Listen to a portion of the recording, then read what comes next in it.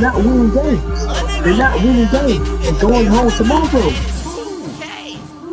But I ain't talking video game. But this 2K is going Carolina. underground. Like No, Carolina milk ain't trail. going nowhere. Stop. Trash. Stop. It's You're being over. blasphemous. Stop. That's enough. Over. That's enough. They're No not more. good. No more. We're done. We're done. Blasphemy. You take that chain off. Ooh. You. Take that chain Nah, off. nah, nah, nah, nah, nah, nah, nah. 2K, okay, I see why. The coldest ones to do it. They icy, I see why. Get it? I see why they been sports fans since they was knee high. They got the same name, but it's spelled different. The only difference is the E and I. No matter if your team is losing. This ain't a dream, it's a movement. It ain't on TV, but it's easy to watch, man, just YouTube it. You got news, alerts, injuries, and big topics. If you thinking that first take is better, man, just stop it. From interviews and debating on who they think is the greatest. And when they arguing, you gotta pick a side. Now, which Kevin is your favorite? Look, rumor has it they have it all.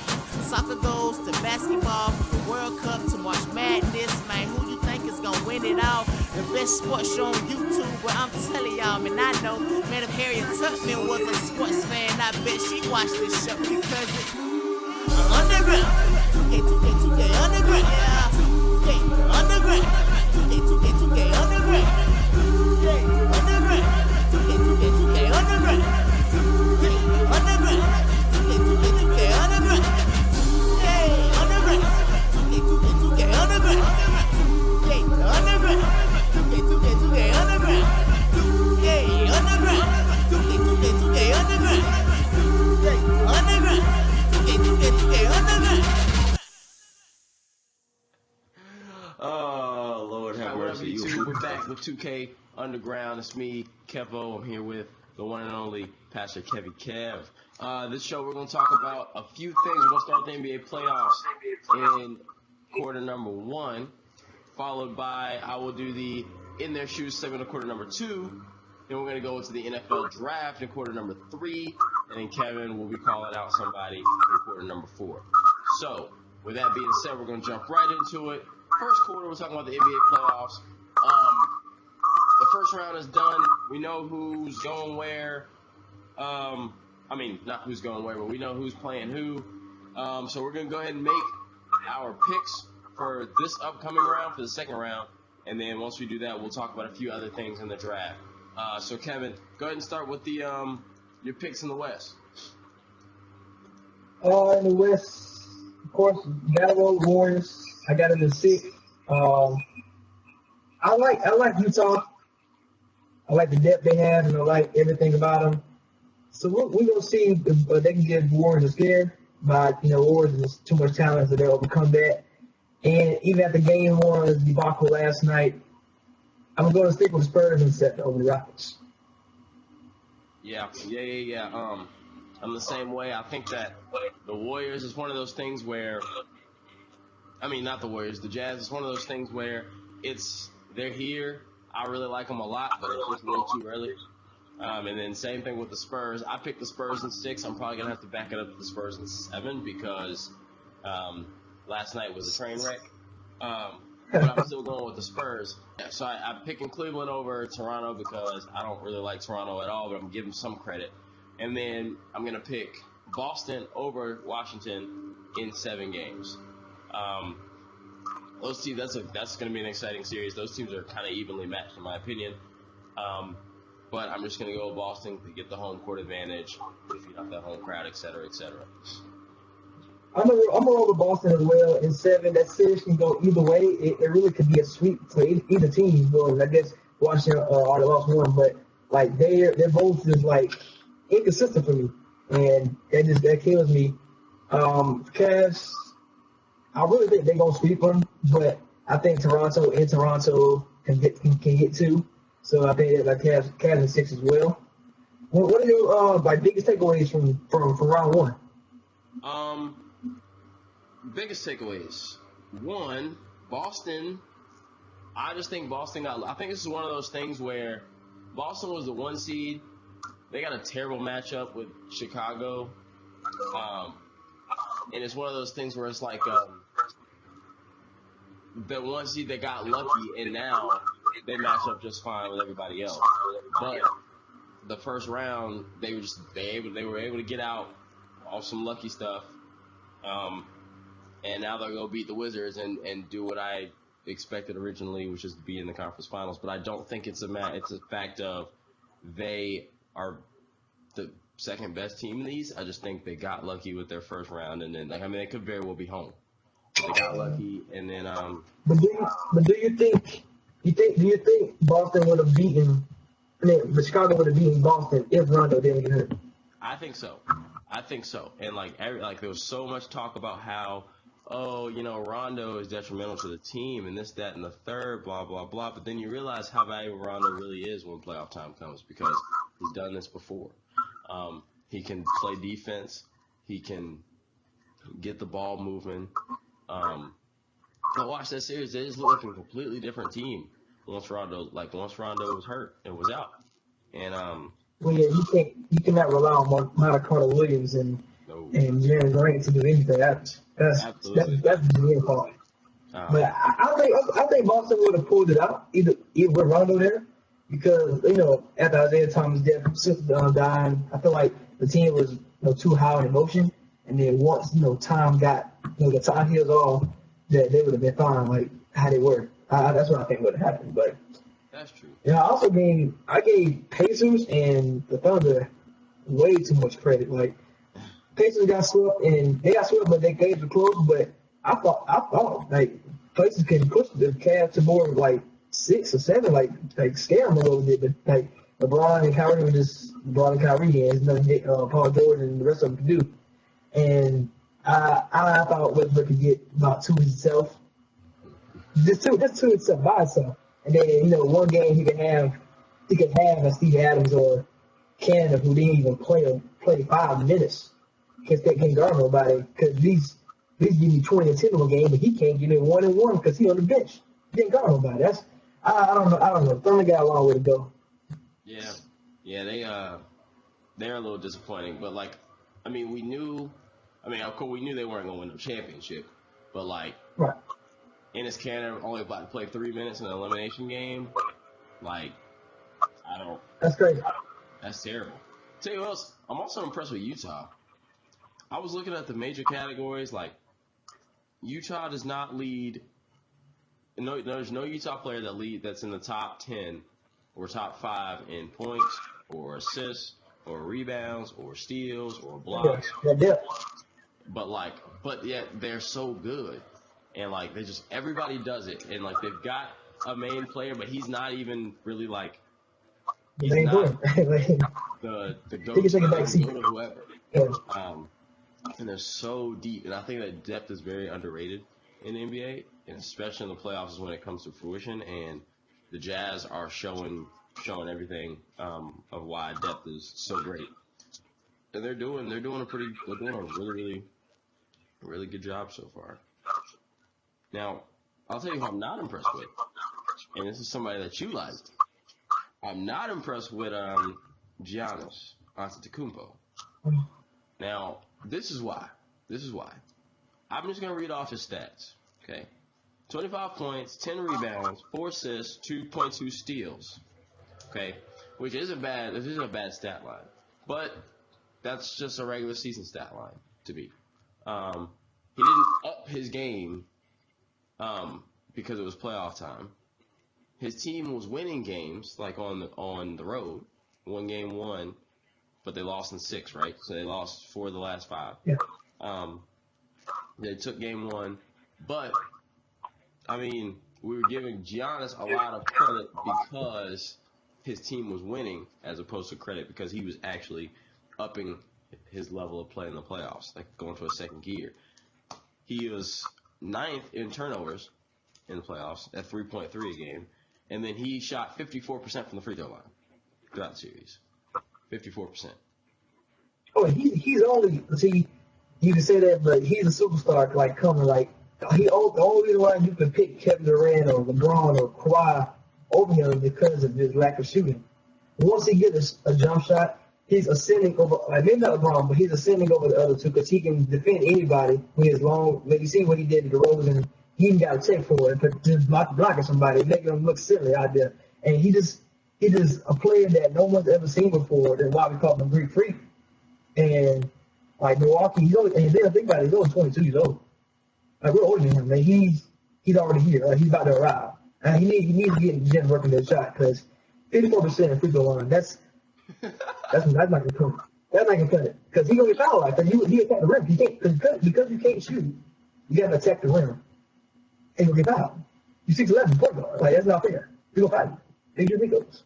You got to do better than that. But he is on the way. And Milwaukee, like LeBron, as Cavs still get here and the Wizards are here, the Bucks are not too far off, and they're going to set boundaries once Jabbar can get healthy. They get one more piece that they need, and they get another, I thought a real traditional point guard maybe to go along with them.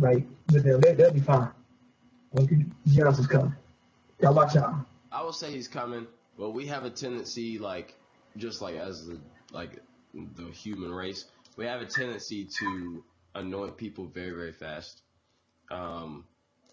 And so I want to slow down on Giannis just a second because, I wouldn't say put him over Kawhi and Durant just yet. Not Kawhi because Kawhi plays the defense too, and so on and so forth. Durant is another animal offensively. So I just pump the brakes. He's coming. I see it. I'm not blind to it. I'm not ignorant. But I just pump the brakes just a little bit on Giannis. But we are overtime in quarter one, so we won't have to leave it at that though. Coming up in quarter two, I'm going within their shoes. Y'all stay tuned.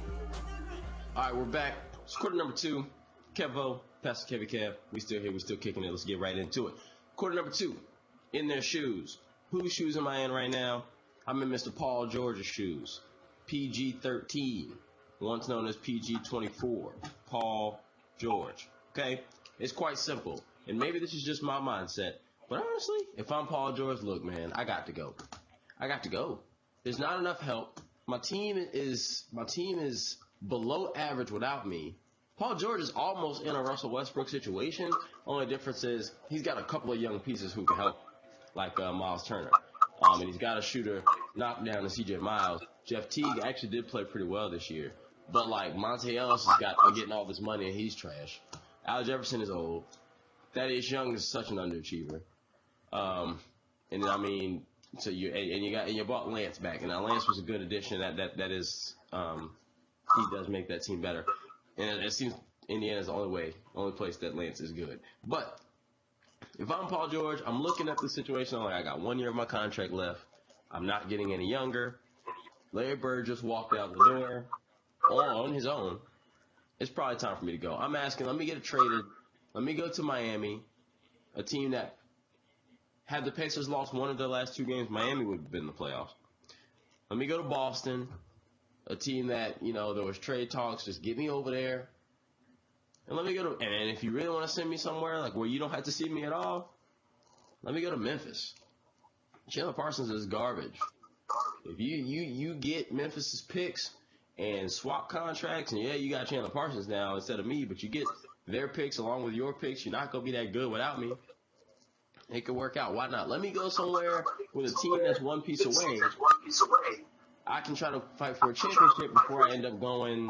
I don't know the rumors to going to L.A. I'm not winning a championship in L.A. if it's just me yet. So let me try to get one real quick so that while L.A.'s on the rebuild, I can come, push us to a championship or whatever over there. So, that's just what if I'm Paul George, I need to get out of Indiana because there's nothing for me here at all. Ever since Danny Granger left, and then they let David West walk. Well, David West chose to walk, or Hibbert gone. It's just, this is not for me. They're making bad moves. They let George Hill go. You see what George Hill's doing in Utah. Indiana's not the place for me if I'm Paul George. So what's your asking price if you were going to Miami? If I'm the Heat or if I'm the Pacers? Yeah. If I'm the Heat, I want Paul George. You can take Justice Winslow. Even though he's 2 years in, I don't know how much of a prospect he really is anymore. But You can take Justice Winslow. You can take that pushes young small forward. You can take my first round this year, and you can take my first round next year, and you can take my second round. You can take my first and second this year, and my first round next year with Justice Winslow. And if that still doesn't work, you can throw in, I don't know, somebody else on that team. As long as it's not Drogic or Whiteside, and shoot, you can take Deion Waiters. Find me another guy to come off the bench. So you can take Deion Waiters, Justice Winslow, 2 firsts and a second round for Paul George. And I'll throw in a second round as well because that's a lot. Okay, so you know if you from Paul George and from LA, you can go to the Lakers or you can go to the Clippers, and you can make them playoff teams. Like he has the ability to make a playoff team. Maybe not a championship contender, but you don't think you're only 26 years old. I mean, you got 4 or 5 years of prime. You don't think by the time you're 29, 30 that the Lakers core group hasn't called to be. No. I meant immediately. Like I meant if you try to get traded to LA now, or something like that. But if you a year from now, you go make a year from now when it's free agency, you go to LA and you make them a playoff team. You try to get traded now, they're not quite there yet. Now you brought up the Clippers. That all depends on what they do with Chris Paul and Blake Griffin. Because if the Clippers decide, you know what, Blake Griffin, you can go. If I'm Paul George, that's where I want to go. I want to go to the Clippers if they don't got Blake Griffin. Or give me a sign and trade. Sign Blake Griffin. Send him over here to Indianapolis. And I'll see you, Blake Griffin, and we'll work out the kinks, all that stuff. Try that. Because the Clippers are a good move, too. I just didn't know. I don't know how that Blake Griffin, J.J. Redick, Chris Paul thing is going to work out. That's fair. So, that's quarter number 2, y'all. Coming back with quarter number 3, we're going into the NFL draft. It's probably my favorite topic of recent weeks. So NBA draft coming up soon. Y'all stay tuned. It's quarter number 3, 2K Underground. Kevo, Pastor KVK, we still working. So here we are, NFL draft. Okay, that just passed. It was a pretty good draft. I'm pretty happy with my Cowboys. I'm sure Kevin over there is pretty solidly happy with his Vikings. I'm really excited for this NFL season. But for right now, we're gonna recap the draft a little bit. Kevin, your biggest thoughts on the NFL draft? I like what in particularly two teams did. Buffalo Bills and the 49ers. To the Bills. They got one of the best receivers in the draft in Zay Jones from Old East Carolina. And I think he might wind up being the easiest or the biggest steal of the draft because one, he can do everything. He got great route running ability. His speed's not top end, but he can get open. He can catch the ball. I think the large part about him is his hands. And for him to go to a situation like Buffalo where he can, Sammy Watkins is a great receiver when healthy, but that's when healthy. He's always missing time. So Zay Jones can walk right in and make an immediate impact on a Buffalo team that needs another receiver. And when Sammy Watkins is there, the quarterback number 2 probably can't match up with Zay Jones, and that's just me being honest.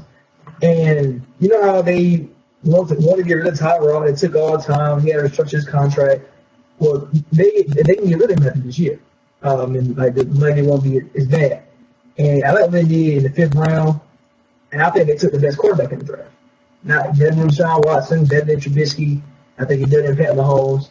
Is Nathan Peterman from Pittsburgh. They compared him to Kirk Cousins, and anything, at the worst, he's a good backup quarterback. Because backup quarterbacks can go a long way. Your A.J. McCanns of the world, and I think he can be a stud. If they decide to go from Tyrod Taylor, he can step right in, and him and Zay Jones can be the next Matt Ryan. Who knows? Right. I will say, I don't think the Bills have ever had a true number 2 in God knows how long. I don't think Tyrod Taylor's ever had a true number 2 wide receiver. Ever. So, I like Zay Jones a lot. There was talk about him going in the 1st round earlier. But 2nd round, yeah, that was a good steal. I didn't do as much research on Peterman, so I don't know, but I know you were very, very high on him. He has the, he looks the part. NFL quarterback. He definitely passes the eye test. He looks the most NFL ready from a technique standpoint, and from a fundamental standpoint. The biggest thing from the draft is I really think Kansas City just reached bad from Mahomes. I don't think they had to jump at all. They gave up so much to move up that high. I think he would have been there at 27. I really do. But if you see your guy and you're very high on him, you have to assume that everybody else is very high on him. So I guess, you make that move, but I really don't think that they had to do that at all. And then I really feel bad for Mitchell Trubisky. I really feel bad because he's already being written off by most people. But on top of that, he's not in a situation where anything is, he's not in a great situation. You lost the number one receiver the Bears had in Alshon Jeffrey. Who do you have? Who do you have? You got what? Cameron Meredith. You got Cameron Meredith, and a rookie tight end they got in the second round. That's what you got in your running backs out the backfield. What are the Bears doing? I don't understand. So and it's bad for him because most people don't think that Mitchell Trubisky is going to be anything special. And now on top of that, he's put in a situation where he's set up to fail. And so when he fails, people are going to say, I was right about it. But in reality, that's not the case. It's a terrible situation. He would have been better in San Francisco than Chicago. He'd have been better in anywhere than Chicago. Chicago's probably the worst place you could go as a quarterback right now. And just one more thing I do want to say. Underrated pick, no one really doing a lot of talking about. Jacksonville, Jimmer Fredette. Fournette.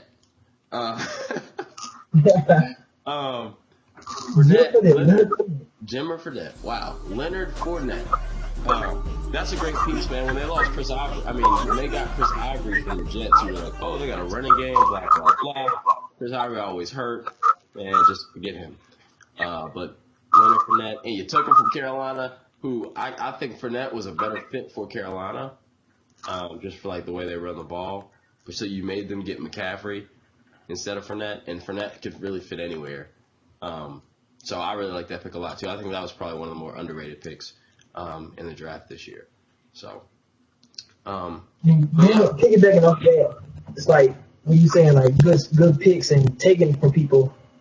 I know you hear the crazy story that New Orleans Saints, after they got their corner early in the draft, they had another pick from the Patriots when they traded Cooks, and they called up Reuben Foster to tell him that he about to be a Saint. But then John Lynch called him while he was on the phone with the Saints, and just told him that he just traded up in front of New Orleans from the second round to jump and take him. And I think the San Francisco 49ers are defense. They'll give them 2 or 3 years to get right because they got all the Pac-12 linemen now, and Armstead and other guys, and get Reuben Foster, and then their first pick, which was Solomon Thomas of Stanford. They got two of the top 3 off the board. You already won the draft. For yourself, you already won the draft. If the guys don't pan out to how you want them to get, then that's fine. But you got the guys that you absolutely wanted, and to get him in the first round because of what the sample, whatever that is. All y'all passed on. He's supposed to go top 5. He was going in the first round. I think that could be a big steal as well for the 49ers. I'm glad that in my opinion. I agree. That's another one. First of all, I didn't know that. That's crazy. While he was on the phone with the Saints, telling him he was going to be a Saint, 49ers said, hey, I had to trade him in front of the Saints. You better be 49. That's crazy. It's only an emotion piece. I'm about to go to New Orleans. I'm not going to San Francisco. I'm here. I got a better city now. I'm good. I'm really ready in San Francisco. So that's great. Hey, that's the draft stories, man. That's the draft stories. All right, so we'll bring it back with y'all. Quarter number 4. Kevin's calling somebody out. I think this one's an interesting one. So y'all stay tuned real quick. Here we go. All right, we're back. 2K Underground. Fourth quarter. Pass to Kevin Kev. See if he comes in clutch in the fourth like Kobe. Pass to Kevin Kev. Fourth quarter. It's up to you, calling you out. It's up to you. It's on you. I'm going to call out Doc Rivers. I'm tired of him. Tired of people saying he's one of the greatest coaches in the game and blah, blah, blah. He got a 2000 championship, 2008 with the Celtics, a team that started this whole Big Three mess. And you got a question before that in Orlando. Orlando wasn't good then. So how come he got that big job in Boston? He got a team he got 3 stars, won a championship, and he hasn't been back since 2010. Anyway, so I'm calling Doc Rivers out because he is the coach and the GM of the Clippers. So let's go back to 2013, 2014. He's a 3 seed, 57-25 in the second. If you win the first round, go in the second round, and lose after stealing home court advantage away in that series. The next year, a 3 seed again, 56-26. Second round exit after beating the Spurs in 7, lose to the Rockets after blowing the 3-1 lead. And like I said, that 3-1 lead, that Rockets team, not the Rockets team you've seen on TV recently. This team, best players was James Harden and maybe Trevor Ariza was his next guy. And then 2 years ago, last year, as a 4 seed, you're up 2-0 against a big Dame and CJ McCollum team. CJ McCollum, who hasn't started until that season, after losing to Marcus Aldridge, Batum, Wesley Matthews, Robert Lopez. You go up 2-0. Chris Paul and Blake Griffin both injured. Your big 3 right now is Jalen Jordan and Reddick. And you can't even get to game 7. You can't even pull it out. You get basically swept. Plus Portland after that happened, they go 4-2. And then we just seen this year another 4 seed again, 51-31. And then they beat a team that haven't been to the playoffs or haven't done anything since the Darren Williams and Boozer days. And now this another injury to Blake Griffin, your best player. Y'all can't be together all the time. So you're the VP of basketball operations, and you've been studying for a small forward for years. Your Jeff Greens of the world, your Matt Barnes, your Miles Bouttes, your 60-year-old Paul Pierce. Your all-star big man can't shoot free throws. Every time your power forward sneezes, he's gone 10 weeks. And your point guard is getting old, and he's only 6 foot, unathletic. So what would you do? How you gonna compete in the West, and your best player is never there, or you can't bring in the right kind of core? They always consider you the best coach in the game, not named Popovich. And all you've done, like I said, is one ring. Only been there once or been there twice, 2010. And then you kind of bolt from the East because LeBron went to Miami, and you couldn't deal with that because you wasn't gonna go nowhere for that. So you go to the West, go to the Clippers situation where you can run the team, and you can't get past the second round. Now I'm not saying, my players ain't there, and so I can't get there. You're a coach. You're probably one of the best. Why are you not bringing the guys that you need to help you ascend at least to the conference finals? Since 2000, Kevin, only 2 teams haven't been to the Western Conference Finals. 17 years. One of the teams is the Clippers. 17 years. You can at least get to the conference finals. Melo even got Nuggets there before. So you can't get just one team just to get there. You win 50+ games every year, and you wind up not even making the conference finals. I don't understand why Doc Rivers has continued to be a name that everybody wants, and it's rumors of him go back to Orlando to be the VP over there as well to take Frank Vogel's spot. And I'm like, that's not no. I don't get the NBA. I don't understand why they give guys chances, but don't give guys like Mark Jackson the call or Stan Van Gundy. Not Stan, Jeff. Not Stan here. Stan gets too many chances too. But You don't get the guys the right chances, and you keep giving the wrong guys chance. And Doc Rivers hasn't. His resume's got wins, but that's it. That's regular season. What is that? Come on, Doc Rivers, you got to be better. Show me. Right. I agree. I mean, yeah, he's yeah, you're right. Especially the Mark Jackson thing. It's like, yeah, Doc Rivers, if Doc Rivers wants a job, you'll give it to him no matter what. Mark Jackson can't even get a phone call. I don't understand. I 100% agree with that, for sure. But, so yeah, Doc Rivers, Kevin just called you out, man. That's how it is. That's it for 2K Underground, y'all. Y'all take it easy. Y'all stay tuned. Another show's coming soon. Real soon, sooner than you think. But we're going to talk about some other stuff. But in the meantime, that's it. On behalf of Kevo, Pastor Kevin, we love y'all. We'll see y'all next time. Peace.